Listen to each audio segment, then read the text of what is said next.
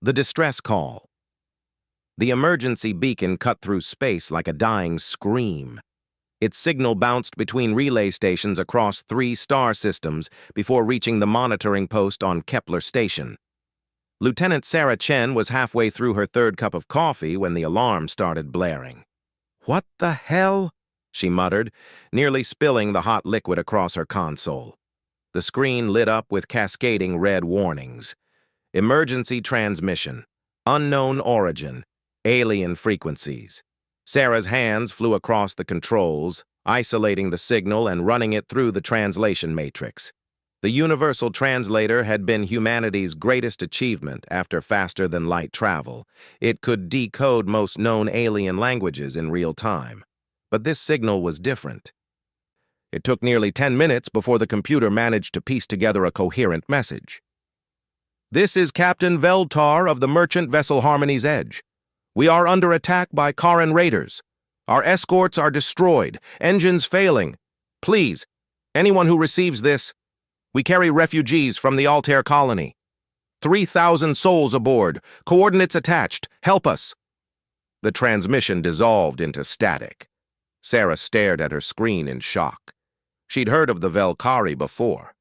They were traders, peaceful beings who looked like walking trees with 4 arms and gentle, wisdom-filled eyes. They never bothered anyone, just flew between worlds selling goods and stories. The Karans were different.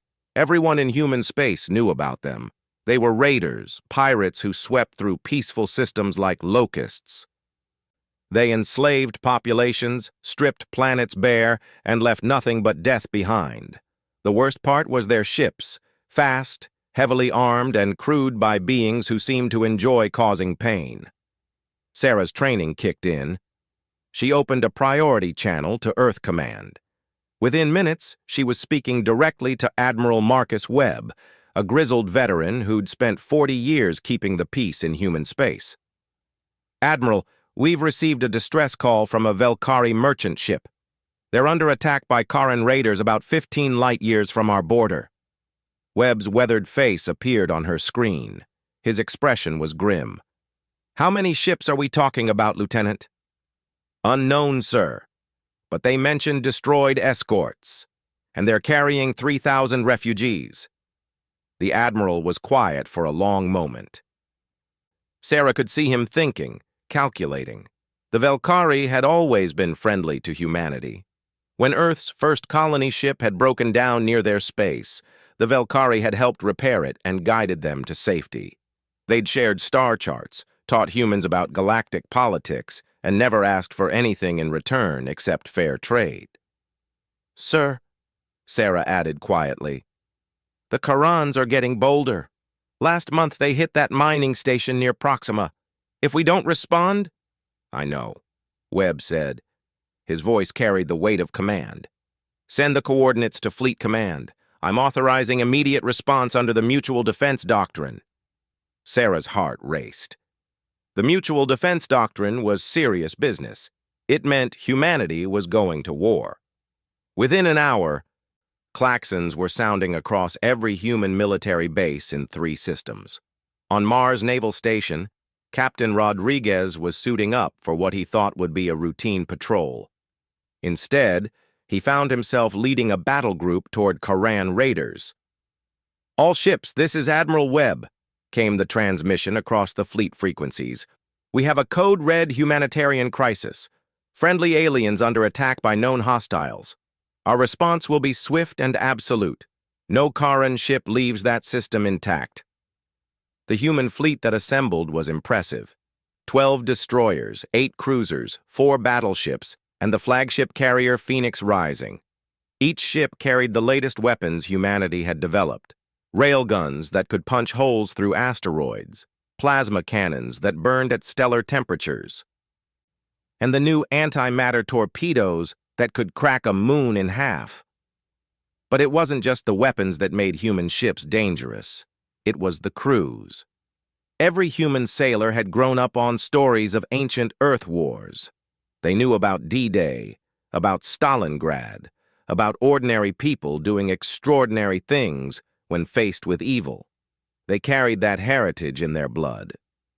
As the fleet jumped to hyperspace, Admiral Webb stood on the bridge of the Phoenix Rising. His tactical officer, Commander Liu, was running final calculations. "Sir, we'll arrive in the Altair system in 6 hours. Intel suggests we're looking at a Karen raiding fleet, probably 8 to 12 ships." "Good," Webb said simply. "What's the status on the merchant vessel?" "Still broadcasting distress. They're alive, but barely. The Khorans seem to be toying with them." Webb's jaw tightened. He'd fought pirates before, but the Khorans were something else. They didn't just steal and kill. They enjoyed it. They'd torture entire populations for sport, broadcast the screams across their communication networks as entertainment. Not today. Down in the fighter bays, pilots were making final checks on their interceptors. Lieutenant Jake Morrison climbed into his cockpit, running through the pre-flight sequence he'd performed 1,000 times. But this felt different. This wasn't a training exercise or a patrol. This was the real thing. "Phoenix Squadron, this is Control," came the voice through his headset. "Mission briefing in 5 minutes. All pilots to ready stations." Jake strapped himself in and watched the other fighters preparing for launch. Each one was a masterpiece of human engineering. Fast enough to dodge most enemy fire, tough enough to take a hit and keep flying, and armed with enough firepower to level a city block. The briefing was simple. Get to the merchant ship. Protect the refugees. Kill anything that threatened them. "Remember," said Squadron Leader Torres over the comm, "these aren't just pirates. The Karens consider torture an art form. Every second we delay means more innocent people die." The hyperspace jump felt like it took forever. Admiral Webb paced his bridge, checking and rechecking the battle plans. They had one advantage over the Karens: surprise. The raiders wouldn't expect human ships this far from Earth space. They probably thought they could finish their business and escape before anyone responded. They were about to learn differently. "Sir, dropping out of hyperspace in 30 seconds, announced the navigation officer. Webb settled into his command chair. "All ships to battle stations. Fighters prepare for immediate launch. Remember, people, we're not here to negotiate." The stars shifted as the human fleet dropped back into normal space.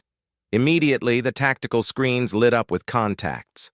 The Karen raiding fleet was spread out around the crippled merchant vessel like vultures around carrion. "My God," whispered Commander Liu. "Look at the size of that thing." The Velkari merchant ship was enormous, more like a floating city than a transport.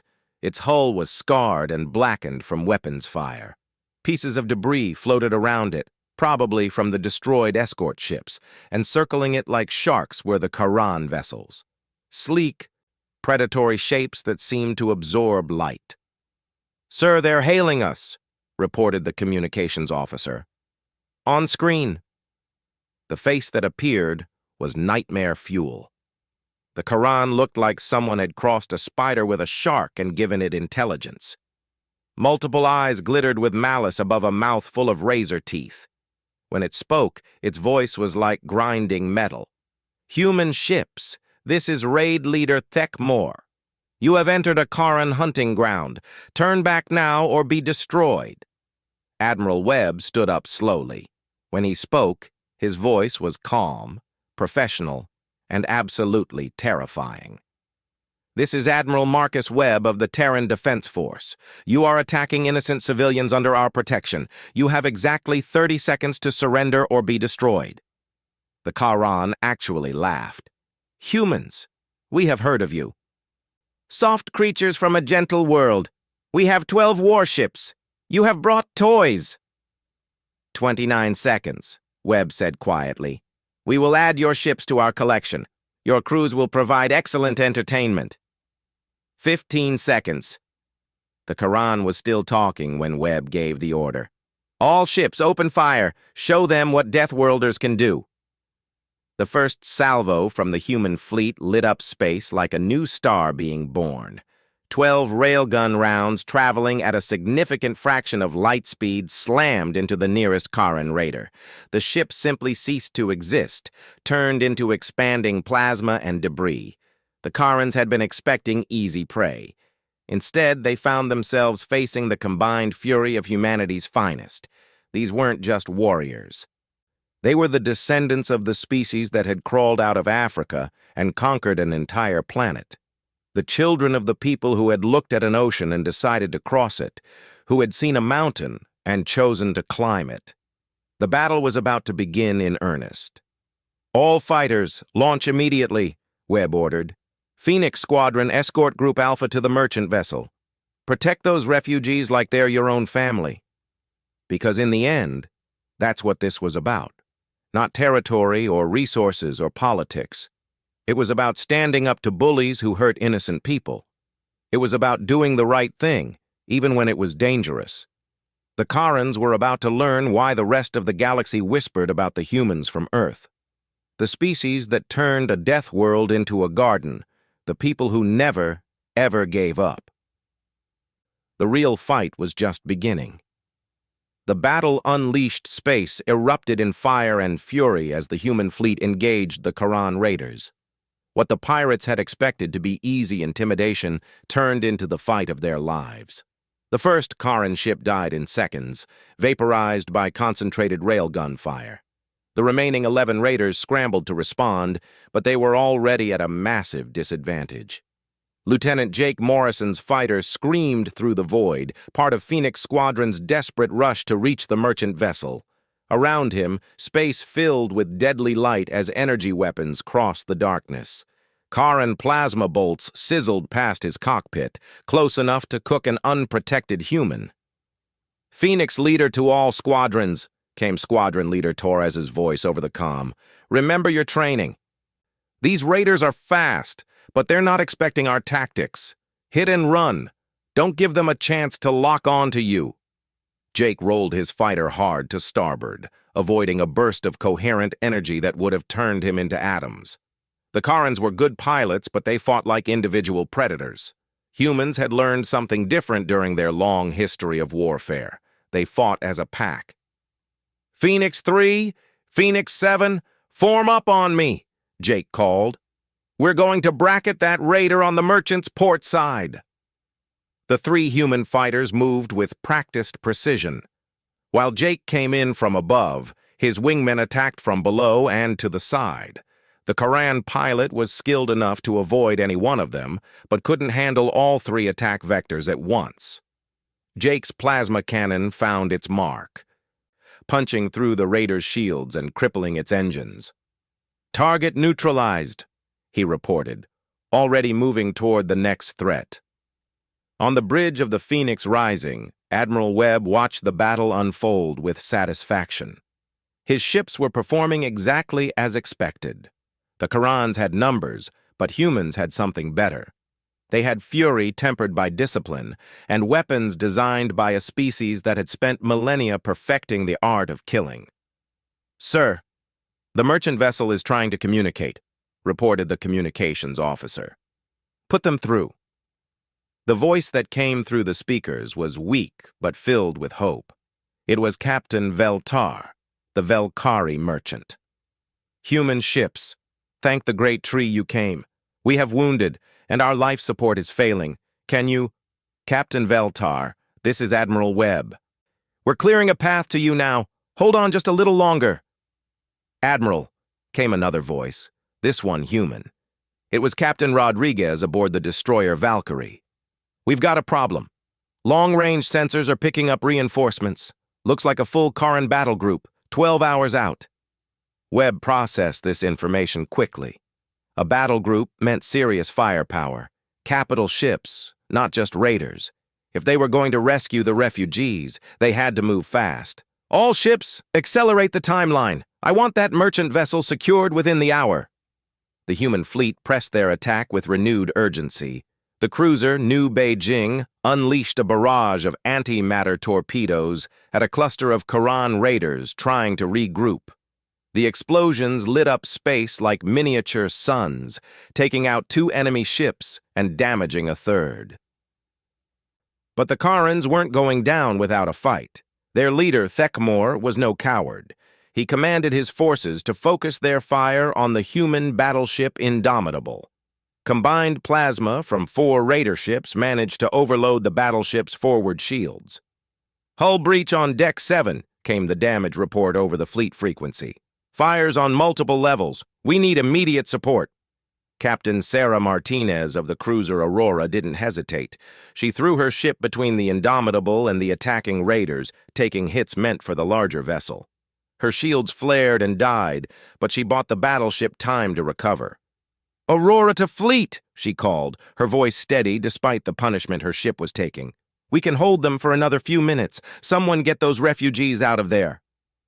Meanwhile, Jake Morrison and Phoenix Squadron had reached the merchant vessel. Up close, the damage was even worse than it had looked on the tactical displays. The Velkari ship was barely holding together. Atmosphere was leaking from dozens of breaches, and entire sections had gone dark. "Phoenix Leader, this is Jake," he called. "I'm seeing movement on the merchant's hull. Looks like boarding parties." "Confirmed, Phoenix 3. The Karans have breached the ship. They're inside." Jake felt his blood run cold. Everyone knew what happened when Karans boarded a ship. They didn't just kill quickly, they took their time, enjoyed it. 3,000 innocent people were trapped inside with those monsters. "Control! This is Phoenix Squadron. Request permission to dock and board." "Negative, Phoenix Squadron. You're fighter pilots, not Marines." Jake gritted his teeth. He'd grown up on stories his grandfather told about World War II, about pilots who went beyond their duty when innocent lives were at stake. Sometimes you had to bend the rules. "Torres, you copy that?" "I copy, Phoenix 3, and I'm thinking the same thing you are." Squadron Leader Torres was already angling his fighter toward the merchant ship's damaged docking bay. "Control, Phoenix Leader. We're going aboard whether you authorize it or not. Those people need help now." Admiral Webb heard the exchange and made a command decision. "Phoenix Squadron, you are authorized for boarding action. God help you all." The human fighters crashed through the Velkari ship's emergency force field and into the cavernous docking bay. Jake's fighter slammed into the deck with bone-jarring force. But the landing gear held. Around him, the rest of the squadron touched down in a cloud of sparks and twisted metal. Jake popped his cockpit and grabbed his survival kit. Every pilot carried one, including a compact assault rifle and basic medical supplies. It wasn't much, but it would have to do. The interior of the merchant ship was a maze of corridors designed for beings twice human height. Emergency lights cast eerie red shadows on walls decorated with beautiful Velkari artwork. But the beauty was marred by scorch marks and worse things. The Karens had been here. "Stay together," Torres ordered. "We find the civilians and get them to safety. Everything else is secondary." They moved through the ship like ghosts, guided by the emergency maps Jake had downloaded from his fighter's computer. The Velkari ship was huge, more like a city than a transport. Thousands of people lived and worked in its corridors. Now those corridors were filled with fear and death. They found the first group of refugees 3 levels down. 100 Altarians huddled in what looked like a cargo bay, protected by 2 wounded Velkari security guards. The Altarians were humanoid, but smaller than humans, with large eyes and delicate features. They looked up at the human pilots with a mixture of hope and terror. "It's okay," Jake said softly, kneeling down to meet a child at eye level. "We're here to help." One of the Velkari guards spoke in accented standard. "Human warriors, the Dark Ones have taken the command section. Captain Veltar and the other leaders are trapped there." Torres nodded grimly. "Jake, take half the squad and escort these people to the docking bay. The rest of us will go after the command crew." "Sir, you'll need every gun you can get up there." "That's an order, Lieutenant." Jake wanted to argue, but he could see the wisdom in it. These refugees needed protection, and the squadron needed a fallback position. "Understood, sir. Good hunting." Torres and 5 other pilots headed deeper into the ship, while Jake organized the evacuation. The refugees moved quickly but quietly, understanding that their lives depended on stealth. The Altarian children held tightly to their parents' hands, their large eyes wide with fear. As they reached the docking bay, Jake's comlink crackled to life. "Phoenix 3, this is Admiral Webb. Status report. We've got about 100 refugees secured, sir. Torres and the others are going after the command crew." "Copy that. Be advised. We're running out of time. Those Karen reinforcements are moving faster than expected. 8 hours, not 12. Jake felt his stomach drop. 8 hours wasn't enough time to evacuate 3,000 people, especially with Karen boarders running loose in the ship. "Sir, we need Marines. This is too big for a fighter squadron." "Marines are en route, but they're 4 hours out. Do what you can, Lieutenant." Jake cut the connection and looked around the docking bay. His fighter's radio picked up the sounds of battle from deeper in the ship. Plasma fire, screams, the distinctive sound of Karen weapons that turned living flesh into soup. One of the Velkari guards approached him. "Human warrior, I know this ship. There are service tunnels that lead to other refugee areas. If you give me a weapon, I can guide your people." Jake looked at the tall, tree-like alien. The guard was wounded, missing one of his 4 arms, but his eyes burned with determination. "What's your name?" "I am Velsim. I have sworn to protect these people, even unto death." Jake handed over his sidearm. "Then let's go save some lives." Back in space, the battle was turning in humanity's favor. The Karen raiders were down to 6 ships, and those were all damaged. But Admiral Webb knew the real test was coming. When the battle group arrived, his small fleet would be facing capital ships and professional warriors instead of pirates. "Sir," called Commander Liu, "we're getting a priority transmission from Earth Command. On my personal screen." The message was from Fleet Admiral Chen, Webb's superior and one of the most respected officers in human space. "Marcus, intelligence reports that the approaching Karen force includes a dreadnought, the Eternal Hunger. It's their flagship." Webb had heard of the Eternal Hunger, a ship the size of a small city, crewed by the worst the Karen Empire had to offer. It had destroyed entire colonies, enslaved millions. If it reached the merchant ship, there would be no survivors. "Sir," he called to his communications officer, "send a message to Earth Command. Tell them we need everything they can spare, and send a copy to every human colony within 50 light years.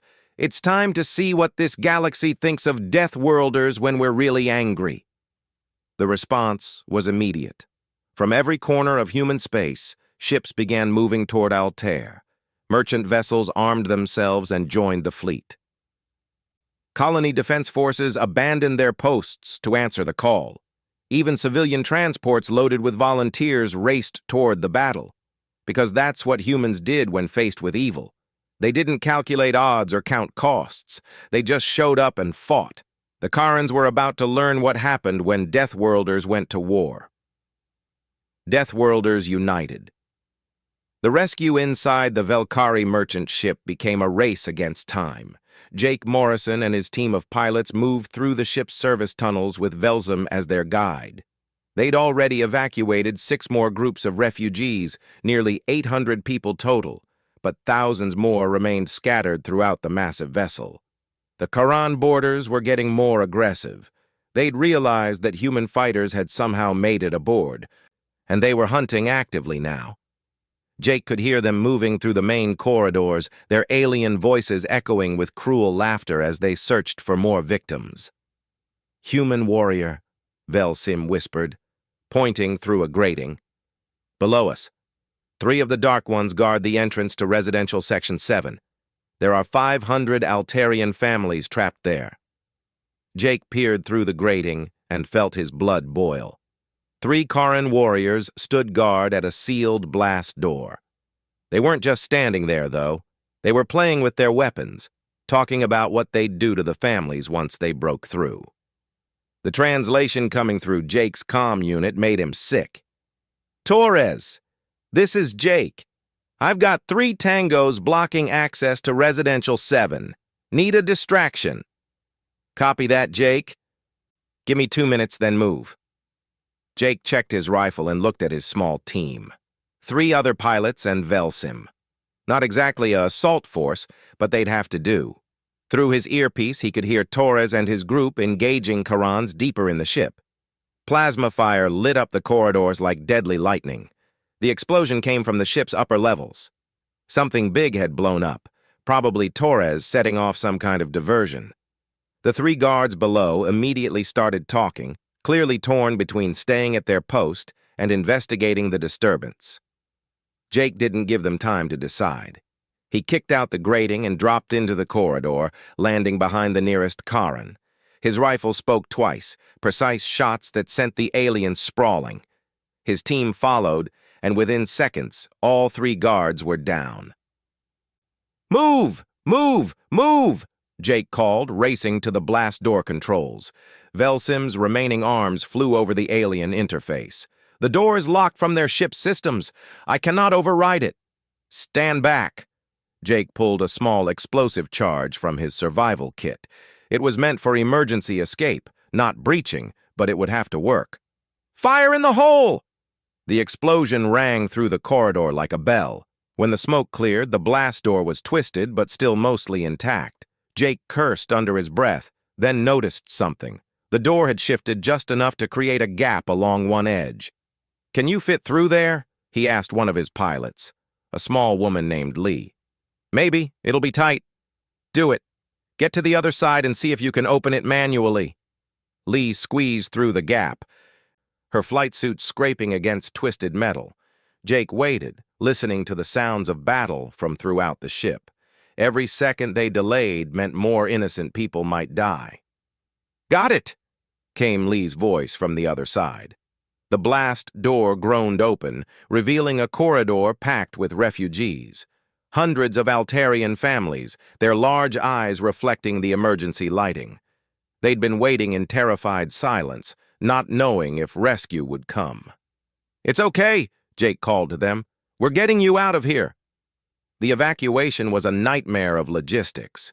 Hundreds of civilians moving through narrow corridors while Karan boarders hunted them. Jake's team had to fight 3 separate running battles, protecting the refugees while they made their way to the docking bay. Meanwhile, in space above, Admiral Webb was preparing for the fight of his life. The Karan battle group had arrived early, dropping out of hyperspace like harbingers of doom. At their center was the Eternal Hunger, a ship that dwarfed even the largest human battleships. "Sir," reported Commander Liu, "we're being hailed by the Karan flagship." On screen. The face that appeared was even more nightmarish than the raider leader they'd killed earlier. This Karan was ancient, covered in scars that spoke of countless battles.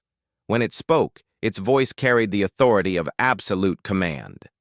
"I am War Master Gektar, commander of the Eternal Hunger. You have interfered with our hunt, humans. Withdraw now and we will kill you quickly." Webb stood slowly, his hands clasped behind his back. "This is Admiral Marcus Webb. Those people are under our protection. You want them? Come and take them." The alien's multiple eyes glittered with anticipation. "Your species fascinates us, Admiral. We have heard stories. Humans, the Deathworlders, the ones who conquered their entire planet. We have longed to test ourselves against you. You're about to get your chance." The Karan dreadnought opened fire first, massive energy cannons that could crack a moon. The beams lanced across space toward the Phoenix Rising, but Webb's flagship was already moving. Human ships were built for speed and maneuverability, and Webb used every advantage he had. The first salvo missed, passing through empty space where the Phoenix Rising had been moments before. Webb's return fire was more accurate. Railgun rounds traveling at relativistic speeds slammed into the dreadnought's shields, overloading them in brilliant flashes of released energy. "All ships, execute Battle Plan Omega," Webb commanded. "Show them how Deathworlders fight." The human fleet spread out, using their superior speed to avoid the dreadnought's main guns while concentrating fire on its escorts. It was a classic David and Goliath scenario, but humans had been dealing with superior numbers and firepower for their entire history. But Webb had a secret weapon the Karans didn't know about. In response to his earlier call for help, ships had been arriving throughout the battle. Not just military vessels, but civilian transports converted into fighters, cargo haulers mounting improvised weapons, even luxury yachts armed with mining lasers. "Sir," called his tactical officer, "we're getting reinforcements, lots of them." Webb smiled grimly. "Put them through." The communication channels filled with voices from across human space. Captain Maria Santos of the converted freighter Determination, Commander Robert Kim of the colony ship New Horizon, which had mounted military-grade weapons in its cargo bays. Even Captain Elizabeth Morrison, Jake's sister, calling in from the passenger liner, turned hospital ship Mercy. "Admiral Webb, this is Captain Santos. We're 47 civilian vessels, armed and ready. What are your orders?" "Captain, engage targets of opportunity. Protect the merchant vessel at all costs." The reinforcement fleet hit the Karans like an avalanche. The aliens had been prepared to fight a small military force, not an entire civilization that had dropped everything to answer a distress call. Cargo ships rammed damaged enemy vessels.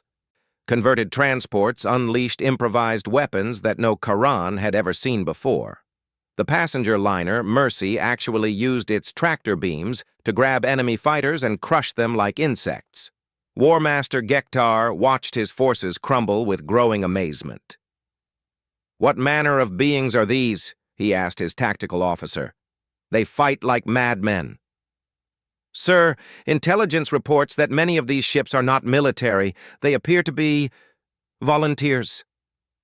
The War Master was silent for a long moment. In all his centuries of conquest, he had never seen anything like this. When the Karans attacked, other species negotiated or fled or died. They didn't drop everything to help strangers, but humans were different. They'd heard an alien distress call and responded with everything they had, not for gain or territory or resources, just because it was the right thing to do. Down in the merchant ship, Jake Morrison was leading the final group of refugees to safety. They'd rescued nearly all 3,000 people, but the Karans had regrouped and were making a final push to recapture them. Jake and his pilots made their last stand in the docking bay, surrounded by the people they'd sworn to protect. "Jake, this is Torres. We're pinned down in Section 12. Can't reach you." "Copy that, sir. We'll hold here." Jake checked his ammunition. 2 magazines left. Around him, the other pilots were in similar shape. They'd been fighting for hours, and exhaustion was setting in. But the refugees were looking at them with such hope, such trust. They couldn't let them down. The blast door exploded inward, and Karan warriors poured through. Jake opened fire, his shots precise despite his fatigue. One alien fell, then another, but there were too many of them. Just when it looked hopeless, new voices filled the comm channels. "Phoenix Squadron, this is Marine Force Alpha. We're coming aboard now." Through the smoke and chaos, Jake saw them, human Marines in powered armor, moving with deadly precision. They hit the Karans from behind, catching them in a crossfire that cut them down like wheat. "Sorry we're late," called the Marine captain as she pulled off her helmet. Traffic was a nightmare. Jake almost laughed, despite everything. Only humans would crack jokes while saving the day. In space above, the battle was reaching its climax. The Eternal Hunger was badly damaged, its escorts destroyed or fleeing. But War Master Gektar had one last card to play. If he couldn't have the refugees, no one could. "All ships, target the merchant vessel," he ordered. "Destroy it." The dreadnought's main guns swiveled toward the Velkari ship. Energy began building in the massive cannons, enough firepower to vaporize the entire vessel and everyone aboard. Admiral Webb saw what was happening and didn't hesitate. Phoenix Rising, ramming speed. All power to forward shields. Sir, we can't survive a collision with that thing, Commander Liu protested. We don't have to survive. We just have to stop them. The flagship accelerated toward the dreadnought, its engines pushed beyond safe limits. But before it could reach the enemy ship, something unexpected happened. Captain Santos of the converted freighter Determination got there first. Admiral, this is Santos. It's been an honor serving with you. The cargo ship slammed into the Eternal Hunger's main guns just as they were about to fire. The explosion was visible from 3 star systems away. When the light faded, both ships were gone. War Master Gektar's bridge was in chaos, half his weapon systems destroyed. Around him, his officers reported ship after ship falling to the human fleet. This wasn't going according to plan. The humans weren't supposed to be this good, this determined, this fearless. Sir, recommend we withdraw, his tactical officer suggested. Gektar looked at the tactical display one more time. The merchant vessel was safe, surrounded by human ships. The refugees had been evacuated. His own forces were scattered and broken. For the first time in his long career, the War Master decided to retreat. All ships, withdraw to hyperspace. We will remember this day. As the surviving Karan ships fled into the darkness, Admiral Webb stood on his damaged bridge and surveyed the aftermath. They'd saved them. All 3,000 refugees were safe aboard human ships, along with the Velkari crew. Sir, called his communications officer, we're receiving a transmission from Captain Veltar. The Velkari merchant appeared on screen, his tree-like face showing exhaustion and gratitude. Admiral Webb, I cannot find words to thank you. You risked everything for strangers. Not strangers, Captain. Friends. My people will not forget this. Neither will the Altarians or any of the other species who learn of what happened here. You have shown the galaxy something new, that there are those who will stand against the darkness, no matter the cost. Webb nodded. That's what friends do for each other. As the human fleet began the journey home, word of the battle spread across the galaxy. An alien distress call had been answered not by 1 or 2 ships, but by an entire civilization. Humans had dropped everything to help complete strangers, and they'd paid a terrible price doing it. But they'd also sent a message that echoed across 1,000 worlds. The Deathworlders were here. They stood for something more than just survival. They stood for the idea that every life mattered, that every call for help deserved an answer. The galaxy would never be the same.